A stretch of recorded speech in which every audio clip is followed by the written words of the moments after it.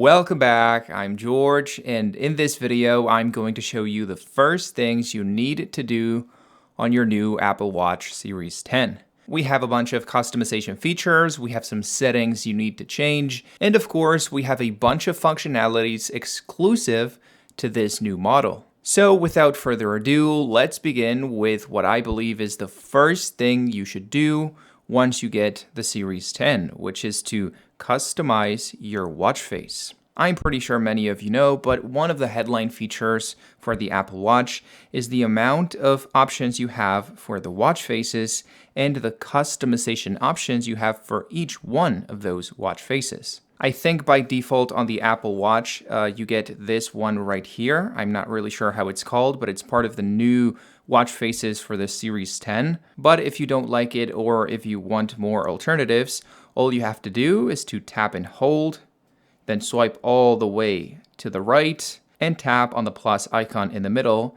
to access every single watch face that's available for this clock. In this case, as you can see, we are greeted first with the exclusive wallpapers for the Series 10. In this case, I think we only have 3. The Reflections one that we got by default. We have this one right here, which uses your photos. And we have this one right here called Flux. But those are just 1% of the watch faces you can access with the Series 10. As you can see, there is a very, very long list of both analog and digital watch faces that you can, as I said earlier, customize as much as you want. As you can see in my case, I have the one that I got by default, which I believe to be pretty elegant. Then I also have this one right here, which is also elegant, but it adds a little bit of functionality. And then I have this one right here, which is, I have to be honest, the one that I use most of the time that is mainly functional. It doesn't really have a very elegant aesthetic, but it gives you a lot of information. Now, if you want to customize any of these watch faces, all you have to do is once again to tap and hold, and then tap on the edit button right here. So you can change, as you can see, the background color, you can change the numbers or the font, you can change the color of the background or of the individual pieces of information, you can change what information is displayed. In this case, as you can see, I have the time, the position of the planets in the solar system, I have the weather, I have the battery life, I have my BPMs, and I have Spotify. But in this case, everything is modular, so I could always tap on any of these widgets and replace it for any of the other apps that I have on my Apple Watch. Now, that being said, something you should also enable as soon as you get your Apple Watch is the ability to swipe between your different watch faces, which, believe it or not, is not enabled by default. To do this, you have to tap on the crown, then come to the Settings app, then swipe all the way down until you see the clock. There it is. And then tap or enable swipe to switch watch face, which, believe it or not, once again, is turned off by default. I'm not really sure why. Now, that said, it is very likely that you use your Apple Watch on your left hand. That's what most people do, whether they are left-handed or right-handed. But there's also a small pocket of people that use their watch on their right hand. For those people, I suggest you come to the settings, then tap on the general menu, and then swipe down to orientation and replace left wrist to right wrist. This is going to essentially change everything, the layout of the watch, so it is more comfortable to use on your right hand. Now, that said, one of the most useful features for the Apple Watch in recent years have been the tiles. If you swipe up in your crown like this, you'll get access to a series of mini widgets, so to say, or tiles like Apple calls them, that essentially display relevant information on the apps you have installed on your phone. In this case, I think by default, you'll get your activity, you'll get your mindfulness app, you'll get your weather app, and some suggestions. But of course, like it's the case on the iPhone, you can tap and hold on these widgets to either delete the widgets you don't like or add new ones, both from the first-party apps installed on your phone and of third-party apps that have widgets for the Apple Watch. In this case, the more apps you install on your watch or on your phone, the more widgets will be available to choose. But anyways, that being said, we've already done the basic customization for the Apple Watch, and it's time to get a little bit more specific with some settings you need to change. Before we start, something you should know is that everything we can do on the Apple Watch, we can also do on the Apple Watch app that you have installed on your iPhone by default. In fact, there's actually more things we can do on the iPhone than things we can do on the Apple Watch. So for the rest of the video, I'm going to switch to the iPhone since I can show you more customization and more settings than if I was using only the Apple Watch. Now, the first thing that I recommend you do here on the watch settings, whether it is on the phone or on the watch, is to tap here on notifications and choose which apps have the ability to send notifications to the watch, since this is one of the things that burn the most amount of battery, and also it's one of the biggest distractions on the Apple Watch, receiving notifications from apps you don't really care for all the time. As you can see, we first get a list of every app that's installed on your Apple Watch, and that's sending you notifications to the watch. And below, we get a list of the apps that are actively sending you notifications, so you can disable the ones you don't really care for and only leave the ones you actually need. After this, I recommend you come back here to the main settings page and tap on App View so you can select from Grid, which is the option we get by default. There it is, a grid of apps we could scroll down using the wheel, and a list view, which is going to display apps in alphabetical order. And once again, you can swipe down using the crown or the wheel. Although I believe the list, as you can see, can get a little tedious, especially if you have a bunch of apps installed on the watch. Now, something a lot of people don't know is that if you select the grid view, you can actually easily arrange the position of the apps by tapping right here on Arrangement. Here you'll get a mirror of what you can see on the watch, and well, it is as easy as tapping and holding anything and moving it, well, anywhere else you want. So you can arrange the position of the apps in a very easy way with your big phone display without having to be fidgeting on the watch. Now, the next thing that I recommend you do is to tap here on General and then on Software Update to make sure that your Apple Watch has the latest version of watchOS possible. Usually Apple releases their main OS update in September, and well, it usually comes with a bunch of bugs and issues that get fixed during the following months. So the newer the version of watchOS, the better it's going to work and the faster it's going to work. So yeah, I always recommend you have the latest version installed for the best performance possible. Next up, also here on the general page, we have a tab called Background App Refresh, which is actually the second thing that burns the most amount of battery life on the watch. Having apps constantly refreshing and updating for data burns the battery life, especially with apps that are connected to the internet. So once again, I recommend you take a look at the list of apps and only let the ones you really need to refresh in the background. In this case, for example, I don't think we need for the calculator to update in the background. I don't think we need to let the cycle tracking, I'm not even a girl, update in the background. I don't think we need to let Happy Rice, a video game, update in the background. Yeah, anything that's not necessary, disable it. It is going to make your battery life be a lot better.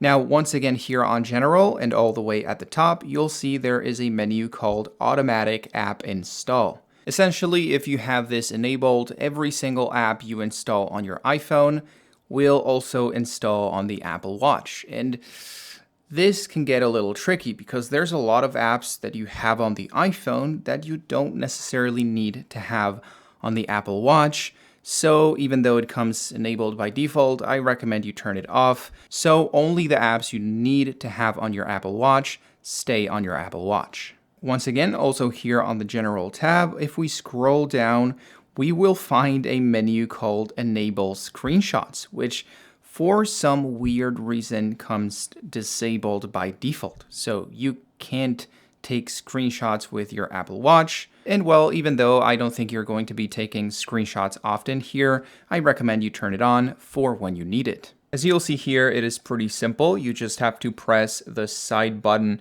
and the crown at the same time, and automatically the watch is going to take a screenshot that will be available both on the watch and on your iPhone. Now, also here on general, there is the nightstand mode. This is not something you have to enable because it already comes installed and enabled by default, but a lot of people don't know it's a thing. If you start charging your watch and you place it in a horizontal position, there it is going to display the most relevant information for when you are in bed.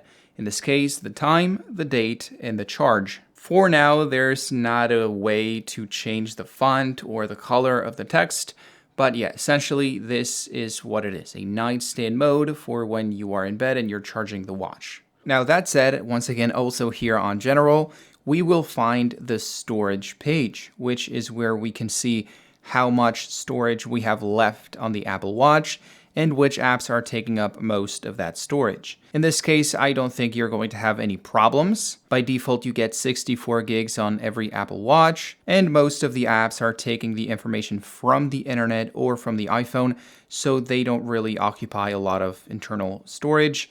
But in this case, if you are having issues because you have a lot of things installed on the watch locally, well, you can come here and see which of those things take up the most amount of space, so you can then optimize your storage. But anyways, that said, let's swipe back to the main settings page on the Apple Watch and tap right here below display and brightness on the gestures page. In this case, we have two options, which are double tap and cover to mute. The second one has been on the Apple Watch for a long time. It essentially lets you tap on the watch to turn the display off automatically, but double tap is a relatively new feature, and it's also very impressive, which, as you can see, like the name suggests, works by simply pinching with two fingers with a double tap, and the watch is going to automatically start zooming down on whatever is on your display, so you don't have to do it with your fingers.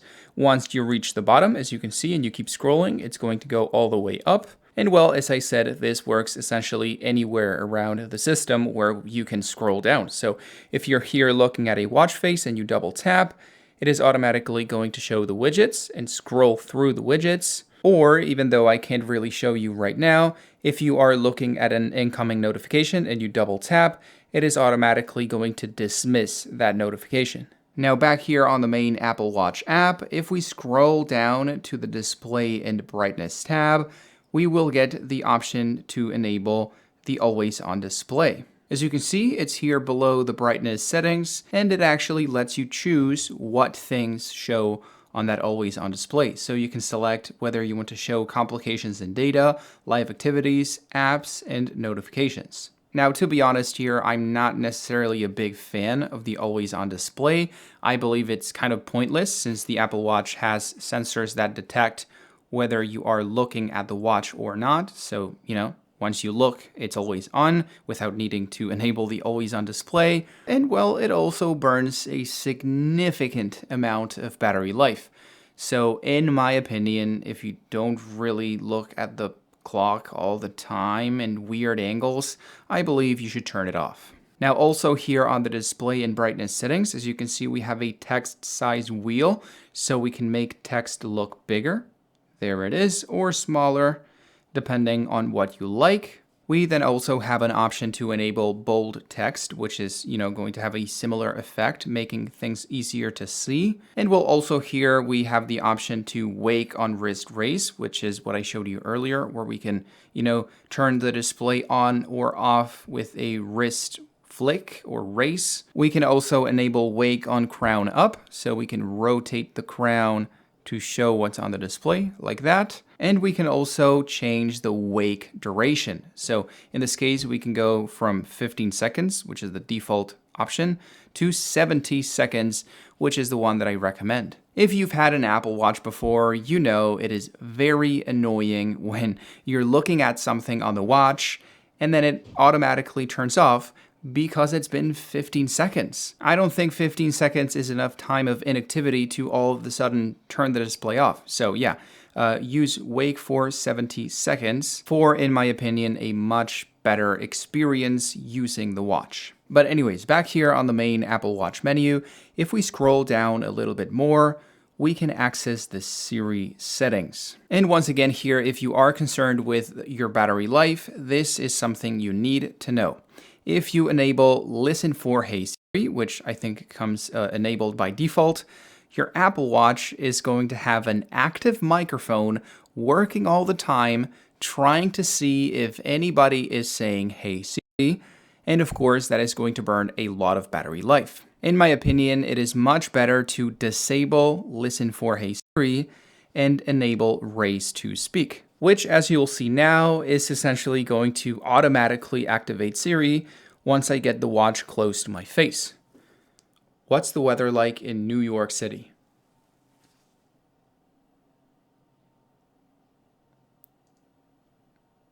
There it is, automatically. Well, I'm not really sure why it's not saying anything. It's probably because Siri responses are not always on. But yeah, essentially you get the point. If you get the watch close to your face and you start talking, it is automatically going to activate and summon Siri without you having to say the magical words. Now, if we come back here to the main Apple Watch menu and we tap on Sounds and Haptics, we will be able to enable the silent mode, letting the watch communicate notifications or alerts by simply vibrating on your wrist. This is something that I always recommend for people that are getting into the Apple Watch because it is actually much more convenient than having it play sounds. I'm not really sure if you know, but Apple is obsessed with vibration engines, and they have mastered the ability of conveying sounds through vibrations. I know it sounds a little weird and you really only understand if you try it,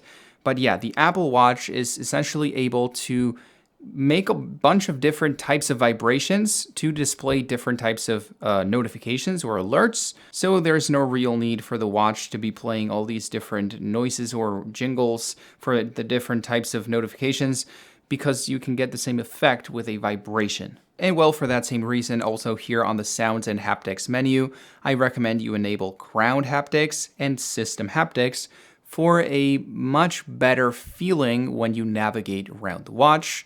Once again, I don't think I can explain what I mean. You have to try it on your own. Below here on the main settings, if we tap on passcode, of course, we will be able to turn passcode on for an added layer of security. And you will also be able to enable or turn on this option right here, Erase Data.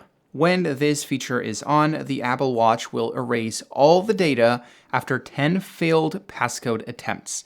Now, this feature is recommended by every single person that I've seen make a video on the Apple Watch because it is great for when you get your watch stolen. But I encouraged you to be very, very careful with this feature because, you know, if you lend your watch to a friend or to a little kid and they try to put the passcode on for 10 times, which happens all the time, you know, it's kind of a game at this point to try to see if you can guess the password correctly, and they do it 10 times, they can essentially erase all your data on the Apple Watch. And that's not a good thing, you know? So yeah, I encourage you to be very careful. Only enable this if you have very sensitive data on the watch. But anyways, that being said, and as I said at the beginning of the video, we also have to talk about some exclusive apps for the Apple Watch Series 10. The first one is this one right here, the Depth app, and it's essentially going to tell you how deep you are submerged into water when you are underwater with your Apple Watch. As you can see here in the demo, it is going to display up to 6 meters of depth. That is the maximum it can capture or detect. And well, it is also going to tell you the amount of time you've been submerged underwater. In this case, though, you don't have to worry because the Apple Watch can be underwater for a very, very long time. And well, the second app that's new here with the Apple Watch is this one right here, the Vitals app. In this case, it asks for 7 nights, consecutive nights, by the way, of sleep, so it can track your habits. And once that's done, it is essentially going to display any abnormalities in your vitals. As many of you know, the Apple Watch has a bunch of sensors, so it can track your BPMs, your sleep, your temperature. It can also measure your blood oxygen levels. It can perform ECGs. So yeah, it essentially has a really good idea of your overall body health. And once you set up your Vitals app over 6 or 7 nights of sleep, it is essentially going to display or notify any abnormalities in your average vitals. But anyways, that being said, I believe that is more than enough to get you going with your new Series 10. If you have any questions regarding anything that I said in the video, please tell me in the comments. And if not, then I hope to see you again in a new video very soon. Peace.